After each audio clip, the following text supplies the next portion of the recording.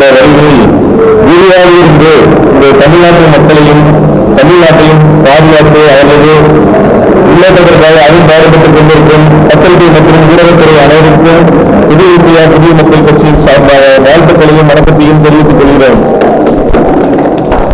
நான் ஒரு புதிய கட்சியின் தலைவராக மட்டும் உங்கள் முன் நிற்கவில்லை, ஒரு புதிய அரசியல் கலாச்சாரத்தின் பிரதிநிதியாக இன்று உங்கள் முன் நிற்கிறேன். தமிழக அரசியல் பல சகாப்த வாக்குறுதி அரசியலை கொண்டுள்ளது, உணர்ச்சி அரசியலையும் கொண்டுள்ளது, பிரிவினை அரசியலையும் கொண்டுள்ளது. ஆனால் பொறுப்பின் அரசியலை நாம் இதுவரை கொண்டுள்ளோமா? சமநீதியை நடைமுறையாக மாற்றி ஆட்சி அமைப்பை கொண்டுள்ளோமா?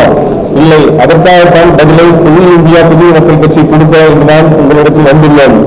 எங்கள் அரசியல் தத்துவம் நாங்கள் உறுதியாக நிலைநாட்டுவது சாதி அடிப்படையிலான அரசியலை நிராகரித்தல், மதவாத அரசியலை எதிர்த்தல், இன ஒளி வேறுபாட்டை அரசியலை பரிவாற்றுவதை ஒழித்தல், சமத்துவமும் சமநீதியும் எங்கள் கொள்கையாகும். இந்தியா என் தாய்நாடு, யாவரும் உடன் பிறந்தோர் என்ற உயர்ந்த தேசிய உணர்வை முன்னிறுத்தி விடுதலை, சமத்துவம், சகோதரத்துவம், சமதர்மம் என்னும் நிலையான மனித கொள்கையை அரசியல் நடைமுறையாக மாற்ற உங்கள் முன்னர் இப்பொழுது வைக்கிறோம். தேசிய ஒற்றுமை, மக்கள் அதிகாரம், சமத்துவ முன்னேற்றம் இந்த மூன்றும் கோட்பாடுகளும் புதிய இந்தியா புதிய மக்கள் கட்சியின் கோட்பாடுகளாகும். இந்த கோட்பாடுகளை மக்கள் முன் வைத்து வாக்குகளின் வலிமையை பற்றி எடுத்துடுத்தி அவர்களை நாங்கள் வரக்கூடிய 2026 சட்டமன்ற தேர்தலை சந்திக்க உள்ளோம். ஜனநாயக ஆலோசனையின் முடிவு எதிர்வரும் சட்டமன்ற தேர்தலின் மாநில மாவட்ட பொறுப்பாளர்களுடன் விரிவான கருத்தாய்வு கூட்டம் நடைபெற்று கருத்துக்கள் எழுத்துப்பூர்வமாக நடைபெற்றது.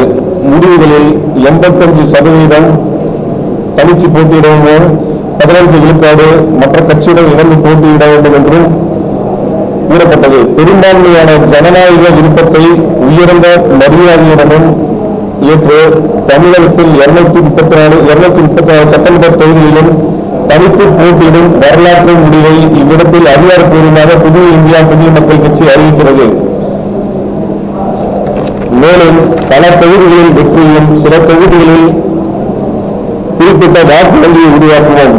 தமிழகத்தில் அரசியல் சக்தியாக நிலைநிறுத்துவோம். எங்களின் தேர்தல் பயணம் தமிழக அரசு வரலாற்றில் புதிய அலைகளை எழுப்பும் என்பதை விட நம்பிக்கையுடன் உங்களிடத்தில் உறுதியளிக்கின்றேன். இது தன்னம்பிக்கை, இது துணிவு, இது மக்கள் மீதுள்ள நம்பிக்கை. இது ஒரு தேர்தல் முடிவு மட்டுமல்ல, இது ஒரு மாற்றத்தின் தொடக்கம், இது ஒரு தலைமுறையின் எழுச்சி. எங்கள் இயக்கம் உறுதியாக நிலைநிறுத்துவது அடிப்படை பகுதியிலான சாதி அடிப்படையிலான அரசியலை முற்றிலும் நிராகரித்தல், மதவாத பிரிவினையான அரசியலை எதிர்த்தல், மொழி வேறுபாடின்றி அரசு ஆகியவற்றும் மனப்போக்கை ஒழித்தல், சமத்துவம் சமதர்மம் ஆகியவற்றை அரசின் மைய புள்ளியாக கொண்டு இந்த தேர்தலை சந்திக்க தயாராக இருக்கின்றோம். எங்கள் அரசியல் அதிகாரம் அல்ல, பொறுப்பு. அதிகாரம் என்பது பதவி இல்லை, அதிகாரம் பொறுப்பு. மேலும்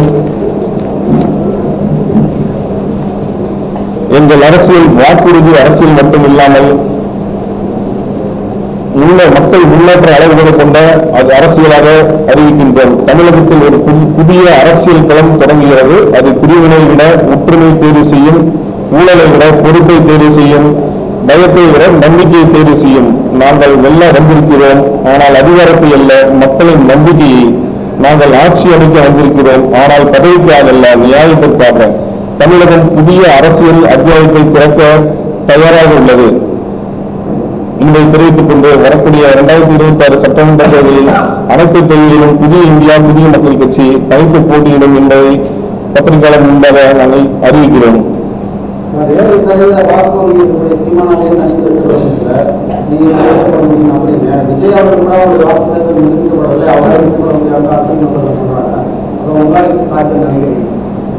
எங்களுக்கு அனைத்து மாவட்டங்களிலும் கட்டமைப்பு சரியாக வைத்திருக்கிறோம்.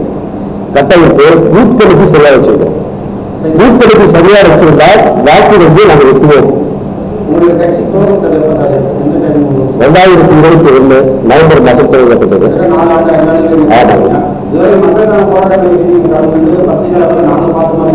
இல்ல பல்வேறு போராட்டங்கள் யூடியூப் சேனல் திறந்து பார்த்தீங்கன்னா தெரியும். அப்படியே யூடியூப் பார்க்க அது பார்த்தா தெரியும். நிறைய போராட்டங்கள் செய்யும், நிறைய போராட்டங்கள் ஆர்ப்பாட்டங்கள் மக்களுக்கான அடிப்படை தேவைக்காக நிறைய போராட்டங்கள் இருக்கும். இப்போ உதாரணத்துக்காக கூட கள்ளக்குறிச்சியில விவசாயம் கொடுத்து இறந்ததுல வந்து முதல்ல புதிய இந்தியா புதிய மக்கள் தான் போராடி அதுக்கப்புறம் தான் வந்து அங்க வந்து 144 போட்டாங்க. அதனால எங்க மேலும் எங்க கட்சி மேலும் வழக்கு திறந்திருக்கிறாங்க.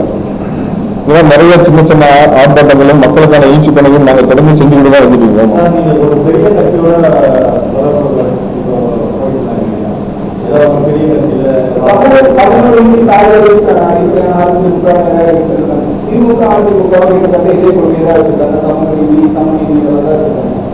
இப்போ வந்து பெரும்பாலான கட்சிகள்லாம் கட்சிகளை கூட்டணி போனாங்கன்னா தேர்தல் தான் தேர்தலுக்கு வந்து ஒரு பெரிய கட்சிகள் கூட்டணி போனாங்க ஒரு மக்கள் வந்து கிடைக்கிறாங்க. இப்போதான் ஒரு 4 வருஷம் ஆரம்பிச்சிருக்கீங்க. நீங்க எப்படி இப்போ தனிச்சு போட்டிருக்கீங்க? பெரிய கட்சியிலே உங்களோட கொள்கைகள் ஒரே ஒரு முதல் அவங்க போட்டிருக்கீங்க. அவங்களுடைய கொள்கையோடு உங்களுடைய கொள்கை நான் அதான் சொல்லியிருக்கேன்.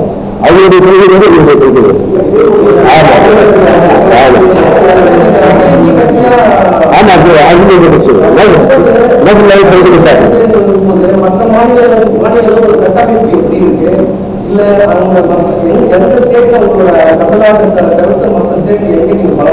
தமிழ்நாடு மட்டும் இல்லாமல் நம்ம புதுச்சேரியில கட்டமைப்பு முழுவதும் முடித்து விட்டோம். அதே மாதிரி மத்திய பிரதேச மாநிலங்களில் இது வரைக்கும் ஒரு 19 மாவட்ட செயலாளர்கள் போட்டிருக்கிறோம். அடுத்த கட்டமாக தமிழ்நாடு, இப்போ இந்த கேரளா, ஆந்திரா இங்க வந்து இப்ப மாநில தலைவர்கள் தேர்வு செஞ்சு இப்ப மற்ற பொறுப்பாளர்கள் தேர்வு நடந்து கொண்டு இருக்கிறது. நாங்கள் ஒன்றுபட்ட தேசம், மக்கள் அதிகாரம், சமத்துவ முன்னேற்றம் இந்த மூலையை வச்சுதான் இப்ப வரக்கூடிய சட்டமன்ற தேர்தலில் நாங்கள் மக்கள்கிட்ட ஓட்டு வங்கியை வாங்கி தரணும். மக்கள் அரசியல் எல்லாம் வந்து அரசியல் கையிலையும் ஆட்சியாளர் கையிலும் இல்லாம மக்கள் கையில் இருக்கணும். அரசியல் மக்கள் கையில் இருந்தாலே மக்களுடைய முன்னேற்றத்திற்கு மக்களுடைய வளர்ச்சிக்கும் அதே உங்களுக்கு போதுமானதாக இருக்கும்.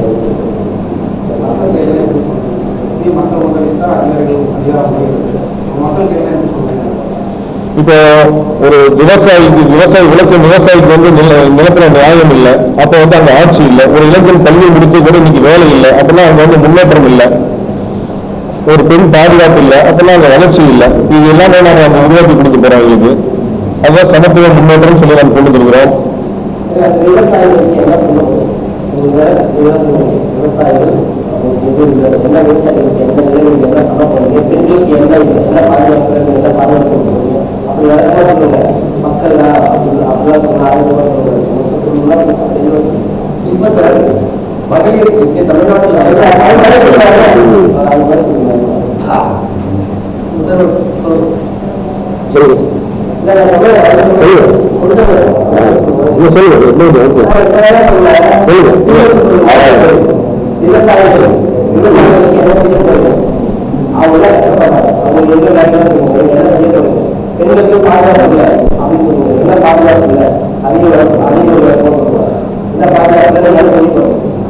விவசாயிகளுக்கு அந்த விவசாய சம்பந்தமாக நாங்கள் கடைகளை எடுத்துக்கொள்வோம்.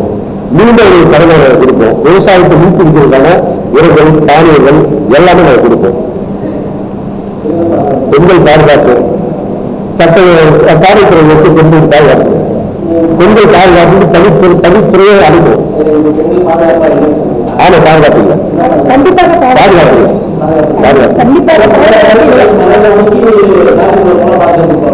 பன்னெண்டு மணி நான் உறவை பத்தி நாங்க பேசுறோம் இல்லை, பள்ளியில பாதுகாப்பு இல்லை, புரியுதுங்களா?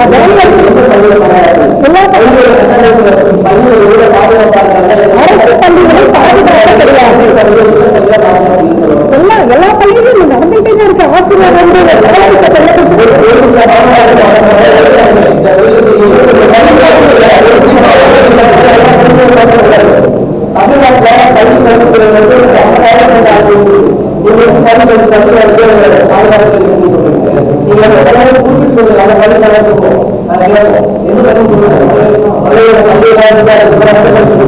கள்ளக்குறிச்சி கன்னியாகுமரி பள்ளியில் நடந்த கலவரம் இருக்குல்ல, அந்த கலவரமே அந்த பெண்ணை வந்து பிளாட்ஃபார்ம் அந்த கலவரம்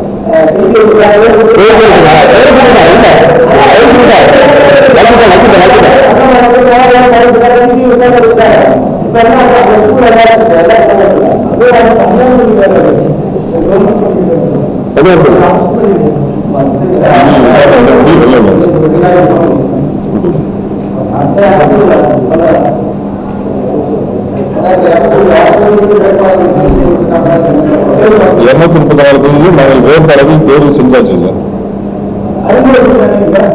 அறிமுக கூட்டம் கூடிய விரைவில் இப்ப நாங்க தேர்தல் எலெக்ஷன் கமிஷன்ல வந்து இப்ப தேர்தல் சின்னத்துக்கு வந்து அப்ளை பண்ணிருக்கிறோம். கூடிய விரைவில் சின்ன கொடுத்துருவாங்க. சின்ன கொடுத்தோம்னா வேட்பாளர்களும் எங்களுடைய நாட்டின் மக்களுடைய வளர்ச்சிக்கும் நாட்டின் வளர்ச்சிக்கும் உண்டான தேர்தல் அறிக்கையோட உங்களுக்கு நம்ம பத்திரிகைகளை சந்திப்பு நடத்த வச்சோம்.